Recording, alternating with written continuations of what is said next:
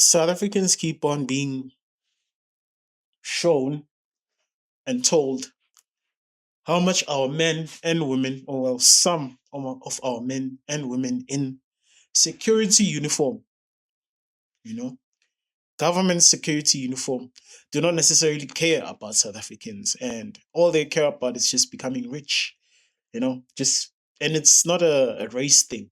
Sometimes you could argue that some people are forced into those situations that we don't know those people, but somehow they benefited, you know, because we saw when they were parading all those suspects from the Ket Matlala SAPS tender fraud. There were Indians, there was white women, there were black people, there were white men. It was just a mix of nonsense. Some will say, "Hey, I was forced into this because if I didn't do this, I would have been killed." Cool. We don't know who those people are, and these people work within a very dangerous industry. How they turn against each other and report each other, well, that's gonna depend on them because we don't know anything. Do you know any special top cops, or do you only know that this person is a cop? Because we never know, and it's dangerous to have police like this because they have access to information that you can't even imagine. They have access to state witnesses, they have access to general witnesses, they have access to whistleblowers, further adding to the fact that our country is not safe for people who are trying to fix it. And our country is ran by the people who should be in prisons. Okay, cool. So Mr. Khan was involved in the R45 2021 bid. It's a bid for automotive parts for SAPS. So he gave this tender to his friend, Mr. Ismaili Vali, and he was mostly aiming for places like Western Cape. Khan rather operated like a conduit, as a go between Valley and high level insiders at the National Treasury. You see how far this goes? It even goes to our National Treasury people. Imagine South African is a skeleton that's walking, I swear. So, insiders at the National Treasury, sorry, including former Chief Procurement Officer Fani Molefe, referred to as our man or the main man in leaked internal and conversations between Mr. Vali and Mr. Khan. They referred to Fani Molefe as their man. Khan leaked internal, unawarded, and incomplete SAPS tender documents directly to Vali to give him early access. So you can imagine, if this person is able to sell out our national treasury like this, how many bodies does he have? And by the way, this is all alleged. Extracted chats also show that Vali and Khan actively planning to intercept stash of millions from contracts outside the official system to personally build elsewhere. So they were taking money outside of the SAPS funds and they were doing other things outside. He was also involved in kickbacks, and it's just, this man is a mess. It's disgusting if you actually think about it, how much these people feel free to just commit crime while pretending to be patriotic South Africans. You understand? And it's disgusting. It's to the point where local South Africans are being screwed by poor management of our borders. South Africans are getting screwed by the police. South Africans are getting screwed by our left, right, and center. Everything is just a mess. It's almost like if you're a South African in this country, everything, you're just a vote. Yeah, nothing matters. All you got to do is just vote and shut up.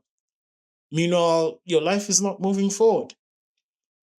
Because clearly, if our police see a life of crime as the only way to survive, then what's the person who's not a criminal and not involved in the police service and who's not a university graduate in some highly important course gonna do? Because you can't do general work. All the foreigners are there. You can't do informal trading. All the refugees are selling stuff, which is illegal, by the way. However, let's get into this man's kickbacks. The inquiry revealed that Khan accepted an explicit 150,000 Rand cash bribe from Vali. routing the illicit payment directly into the bank account of Khan's minor son. How stupid is that? You see, even police are stupid. Or maybe he felt so invincible and didn't think anybody was going to look into this, which is even more disgusting. It just gets worse. Vali also is a suspected of receiving luxury gifts from Vali. Vali bought Khan a V8 luxury vehicle and sent pictures of luxury watches via WhatsApp, allowing Khan to pick out his preferred luxury timepiece. A whole policeman. It just makes you wonder what is it that happens that we do not necessarily find out about. However, this is what the commission is for, and we'll see how deep the hole goes. Also, this man, he bought 30 vehicles in a single year. A cop, a policeman, and pulled and declared 3 million annually from his private auto parts business. You should just imagine this man is a cop and he's receiving kickbacks. He's using that money to make money outside. He's not declaring his money as a top cop. Then, oh my, it's almost like he's there just to guard against him being investigated, and he's just there to help his friends also from getting investigated.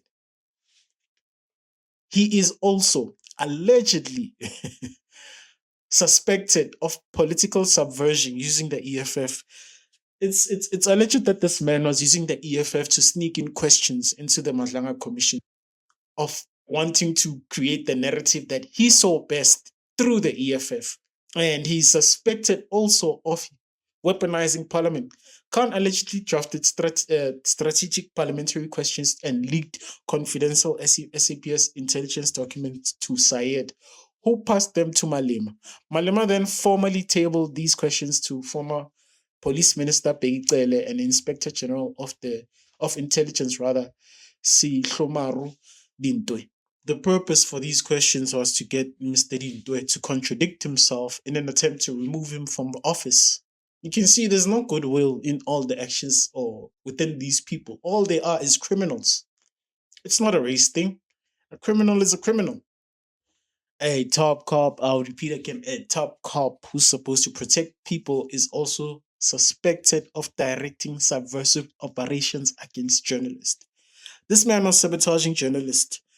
Miriam Tom in 2021. Miriam Tom is a Daily Maverick journalist. She published a report exposing police PPE tender corruption. Apparently, Khan was shortly sent a link to the story, and his response was to activate counter. 2 months after these messages were exchanged, Mrs. Tham's home was broken into and 2 investigative laptops were stolen. Nobody has yet to prove whether Khan was involved or not involved within this operation. The last thing is illicit smuggling and syndicate crimes charges. Well, basically, this man is involved in illicit cigarette trading. Well, allegedly.